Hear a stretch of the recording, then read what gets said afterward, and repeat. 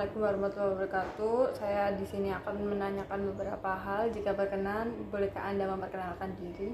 Baik, nama saya Ma'rifi Anissa, biasanya tuh dipanggil Nisa. Oke. Saya di sini akan menanyakan apa yang Anda maksud dengan lembaga negara? Kalau menurut saya tuh lembaga negara itu adalah lembaga pemerintahan yang dibentuk oleh negara untuk melaksanakan fungsi negara sekaligus menyelenggarakan pemerintahan negara. Baik. Apakah Anda termasuk lembaga negara? Kalau menurut saya bukan.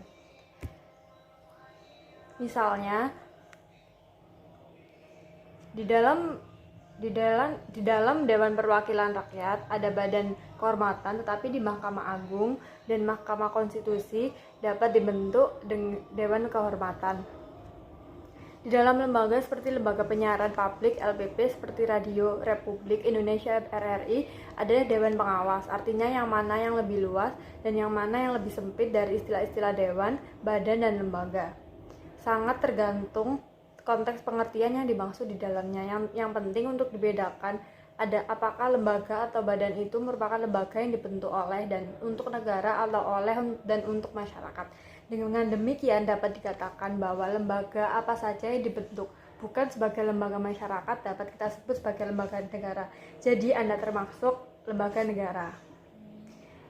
Dan menurut lembaga negara menurut Kelsen, parlemen yang menetapkan undang-undang dan warga negara yang memilih para wakilnya melalui pemilihan umum sama-sama merupakan organ negara dalam arti luas. Demikian pula hakim yang mengadili dan menghukum penjahat dan terpidana yang menjalankan hukuman tersebut di lembaga pemasyarakatan adalah juga merupakan organ negara.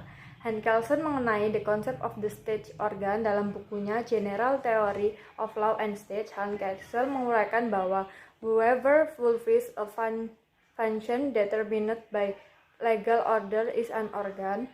Siapa saja yang menjalankan suatu fungsi yang ditentukan oleh suatu organ, oleh suatu tata hukum, legal order adalah suatu organ. Artinya, organ negara itu tidak selalu berbentuk organik. Setiap jabatan yang ditentukan oleh hukum dapat pula disebut organ, asalkan fungsi-fungsinya itu bersifat menciptakan norma dan atau bersifat menjalankan norma. Jadi kesimpulannya, lembaga-lembaga penyelenggara merupakan faktor penentu keberhasilan suatu negara Indonesia dalam membangun dan mewujudkan kita negara yang dikehendaki berdasarkan UUD 1945.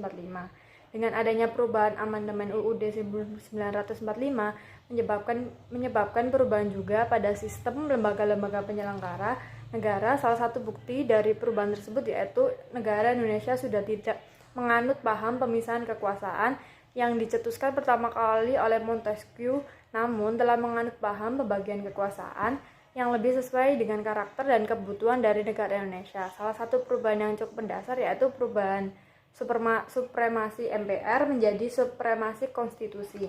Pasca reformasi Indonesia sudah tidak lagi mengenal istilah lembaga tinggi negara untuk kedudukan MPR, sehingga seluruh lembaga negara derajat kedudukannya dalam sistem check and balance.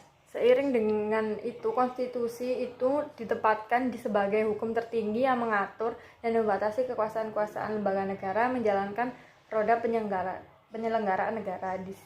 Apa ada yang ditanyakan lagi? Menurut saya sudah cukup. Baik, terima kasih atas waktunya dalam wawancara ini. Semoga Anda lebih paham tentang lembaga negara. Terima kasih. Terima kasih.